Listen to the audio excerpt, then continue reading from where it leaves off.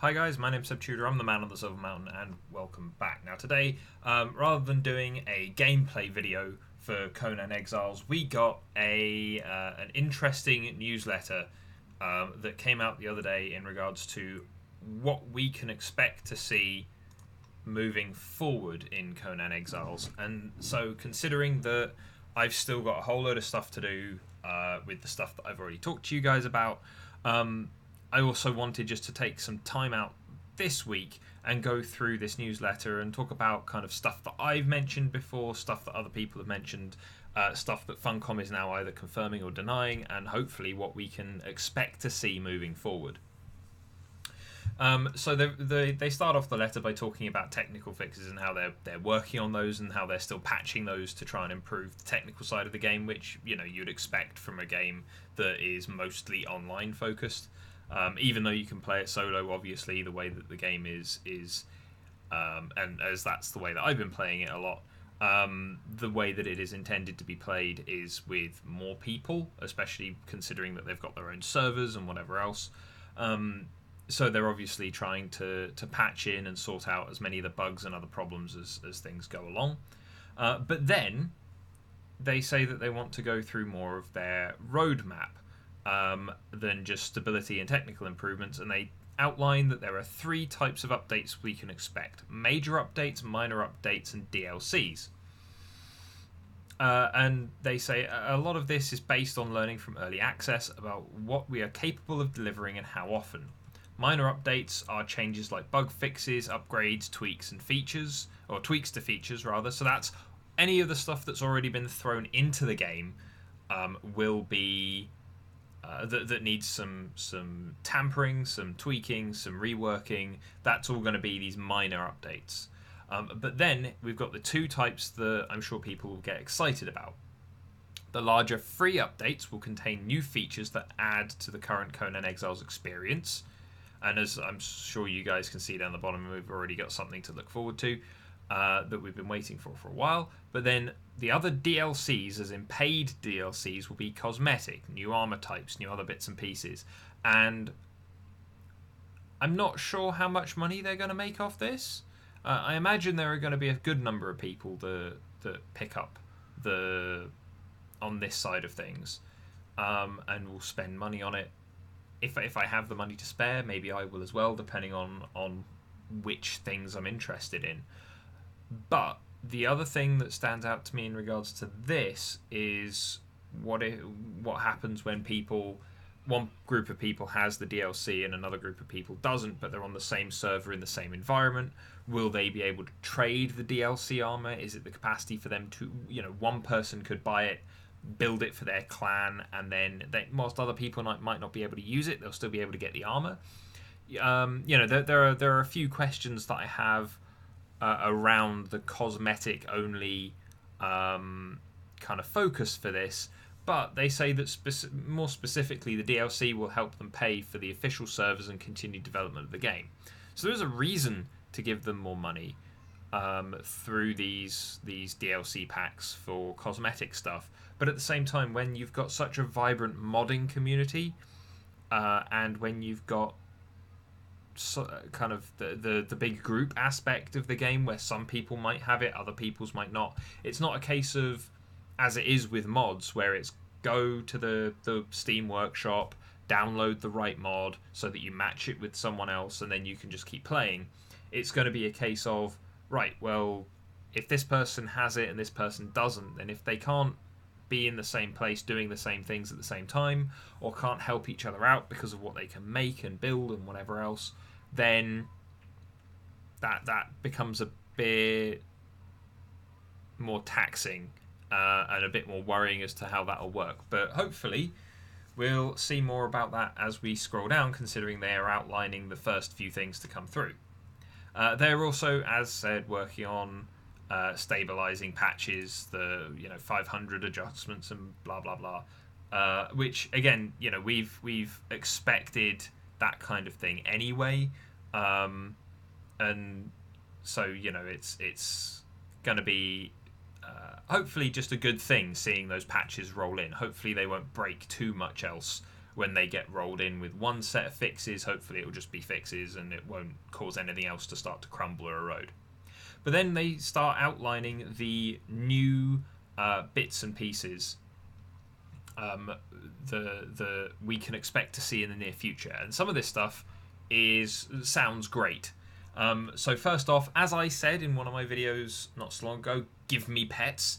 And then on top of that, a while ago when we were still talking about what would be coming after the launch of the game, as the launch kind of loomed over the week or two prior to full release, I was saying that it probably wouldn't be a big stretch for them to have taming and pets come in shortly after launch, simply because we've already got all of the kind of thrall-taking AI and mechanisms in the game. All they needed to do was find a way to expand that to non-human characters.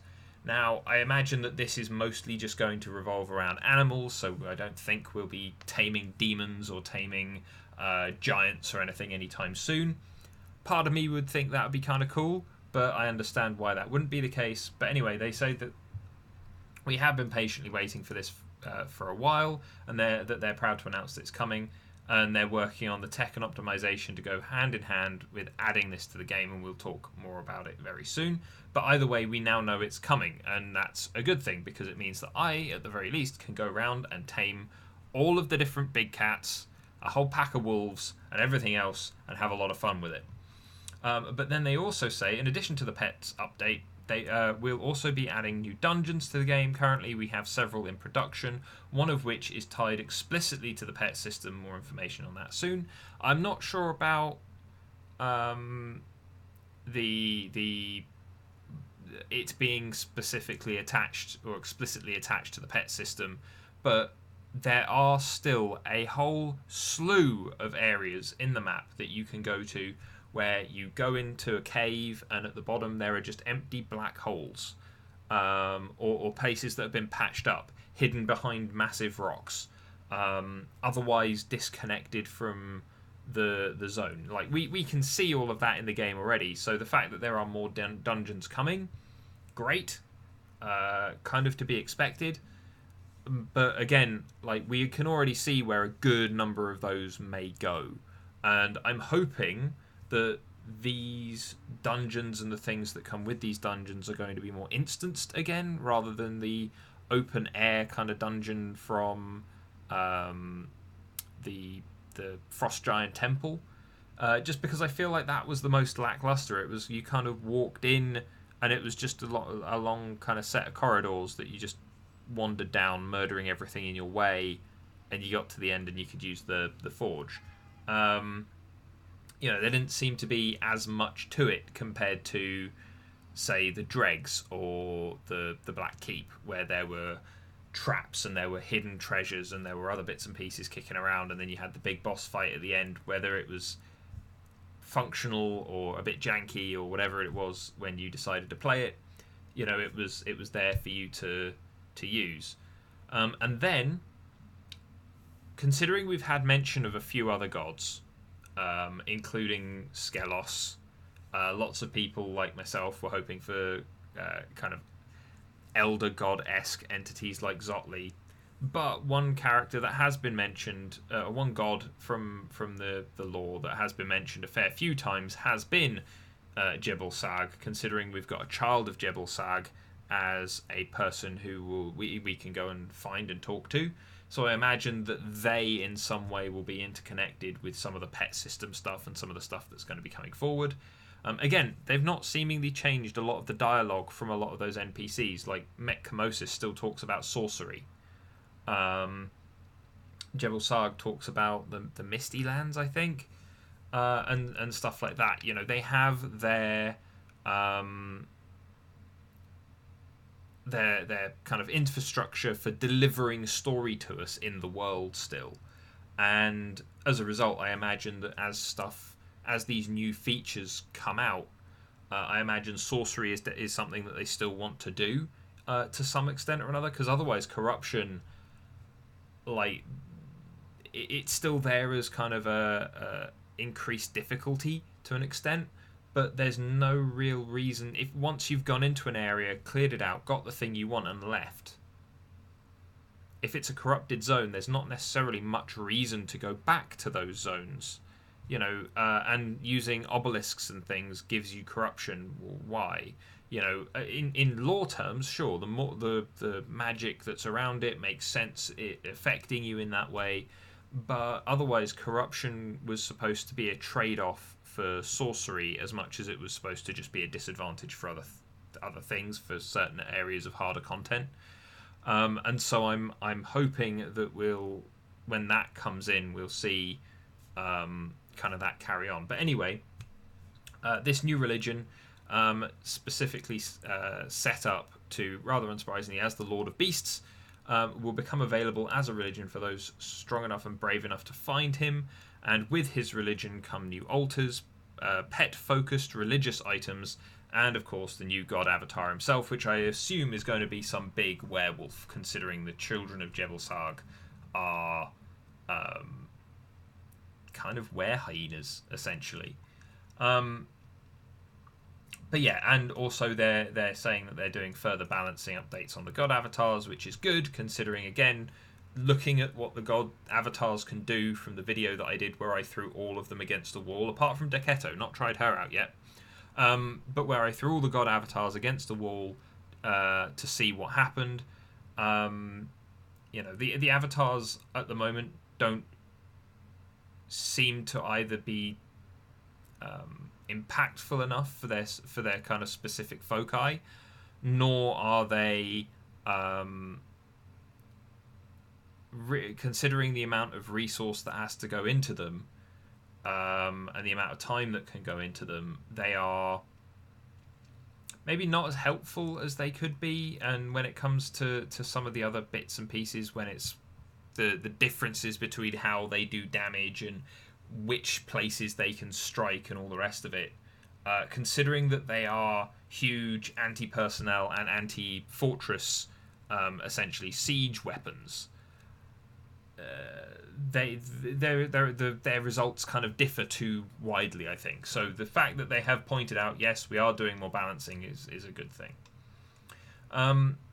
Minor updates, they're seeing just, offhand combos, and people are still not super happy with the archery side of things. So they're again, looking to make sure that all of that is streamlined, and they're adding apparently more special arrows, which I'm sure lots of people who want to be an archer will enjoy.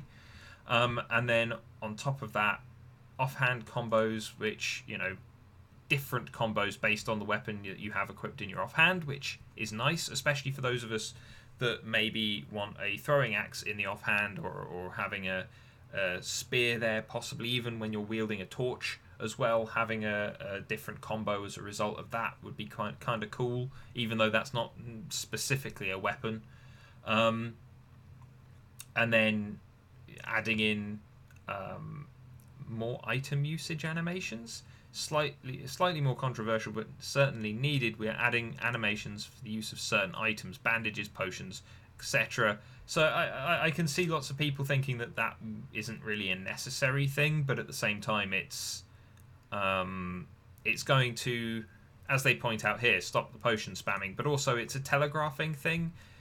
You want to know that when someone suddenly has an effect on them, because we don't have like a targeting system in terms of it shows all of their health and their status bar, their status effects, and all of those kind of things all in one display for us. This is why the war paint has its specific looks for each buff, and why the armors have their specific look relative to the buffs that they give you, or attributes and things like that, so that you can tell what your opponent has, so that you can deal with it, especially for kind of PvP, so that in a moment you can tell maybe what you're going to expect, and it becomes more of a strategic fight rather than just spamming at each other. And then this one I quite like, which is, this is a quality of life fix that we have wanted to add for a while: the ability to automatically download mods when selecting a modded server. That's just quite a nice one, because if you want to jump in and just play on a server that your friend has told you about, that your friend is already on, or whatever else, and you don't have the mods at the moment, you need to go into the workshop or possibly go elsewhere, find the files, download them, install them, put them all in the right place, and all the rest of it, and then you just kind of have to either hope that it works, especially if you've had to download them third party, i.e. not off the Steam store at all, or the Steam workshop at all, or with the workshop, it's a case of going, okay, well, they're all there, but that's still a while that you potentially have to just shuffle through the pages of various mods. So the fact that now that you can just download the ones that attach you to that place, and it's all well and good, it's all fine, that's nice in my opinion. That's a good change. But then we've got the first DLC pack that they want to bring in. And this cosmetic pack will release in June at some point. So possibly will have released by the time I put this video out. Probably not. Probably later in the month than that.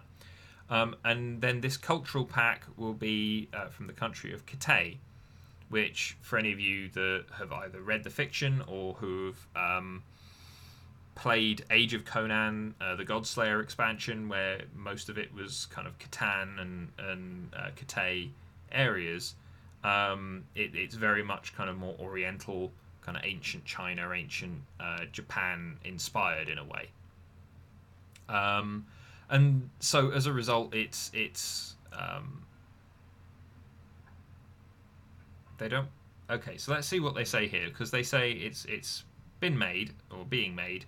They don't work on code or gameplay updates, and the making of the DLC packs will have no impact on the further development. Okay, that's fine. So they're just saying that the artists are doing it and they're not working on anything else.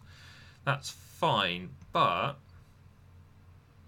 so what comes in it is the 3 armor sets: light, medium, heavy, as you would expect. And then they have their various level boundaries. 11 new weapons, as 2 different tiers, which is interesting. New placeable items, new war paint styles, and new building pieces. Okay, so that's a fair amount, to be fair. It doesn't actually say how much it's going to cost, unfortunately. But I feel like that's worth buying. It's not just an armor pack. As much as that's all the art, apart from that weapon up there, that's the art that they've shown us. There's a lot going on. The one thing that stands out to me, though, is that where a moment ago even I was saying that the war paints specifically telegraph to things, the fact that there are that they've added these decorative war paints, I wonder how they will work with, because if they're decorative war paints and they're purely decorative, then that's fine, and that's what it seems to be in this case. But then will that cause confusion with people thinking that person is now wearing a war paint when they're not, and possibly overcompensating for it, leading to errors and people losing fights and whatever else. I don't know how that's going to play out. Hopefully it would just be they're going to be distinct enough to not clash, as it were, in regards to people perceiving things.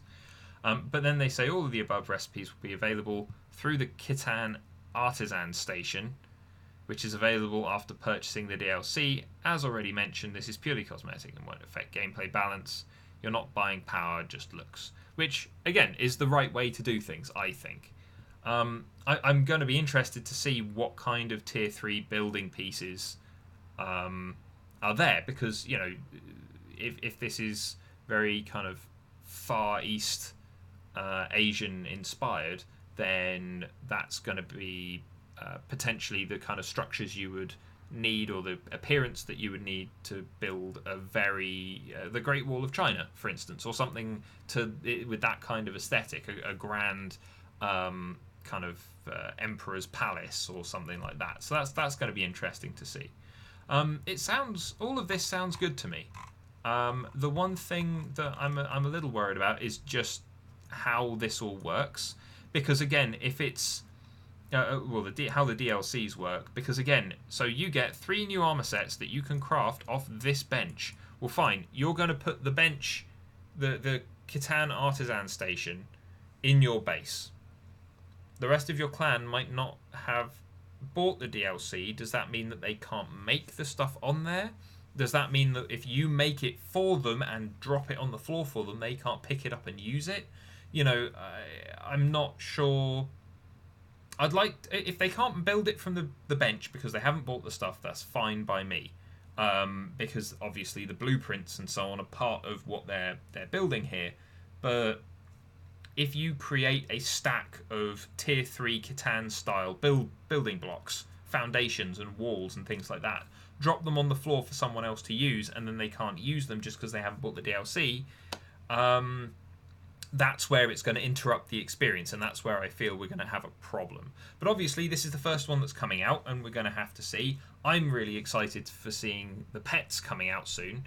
But otherwise, guys, I'd love to hear your thoughts on the way that they're doing this. This is why I kind of wanted to do this as its own video, looking through the blog post here, rather than doing it just talking over me playing the game. Just because this is going to be the way that they are now running this game and continuing to develop this game moving forward, and I'm hopeful. The major updates sound great. The minor updates as bug fixes and corrections and tweaks all sound like a good idea to me.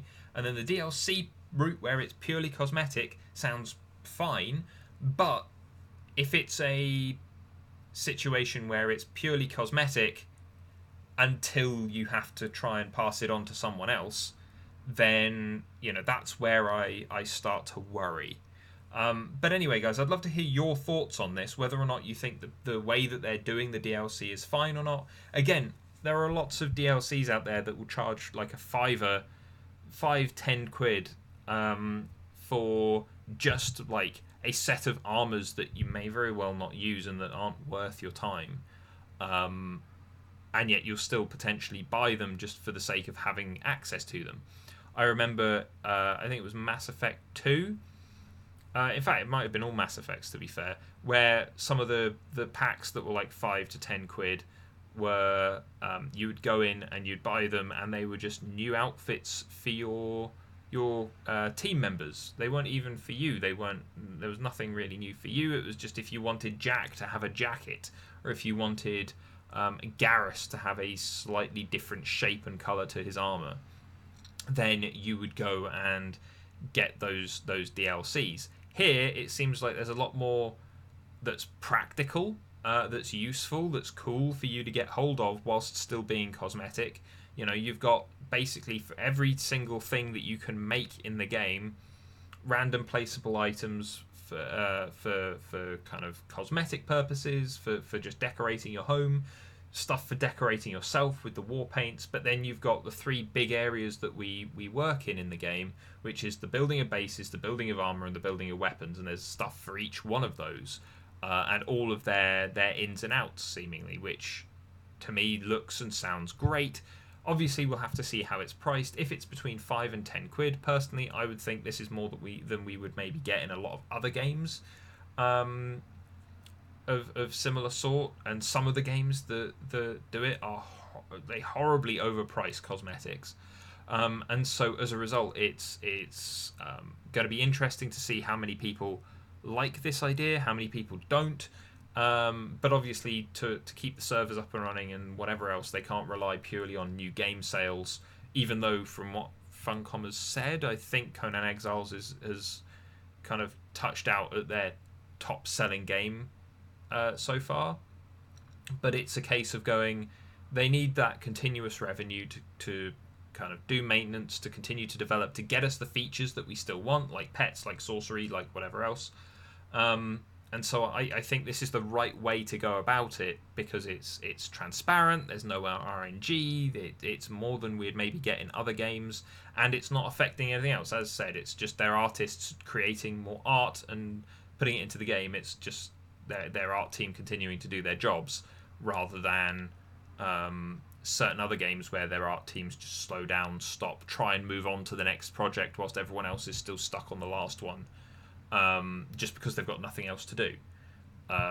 So I'm interested to hear what you guys think. Do you like this kind of 3 different type of update thing. What do you think of the DLC? Will you be buying it when it comes out?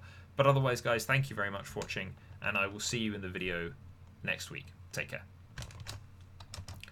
Thank you very much for watching, guys. If you enjoyed this video or found it interesting, then please drop us a like, share this video, and subscribe for more, and I'll see you in the video next week. Take care.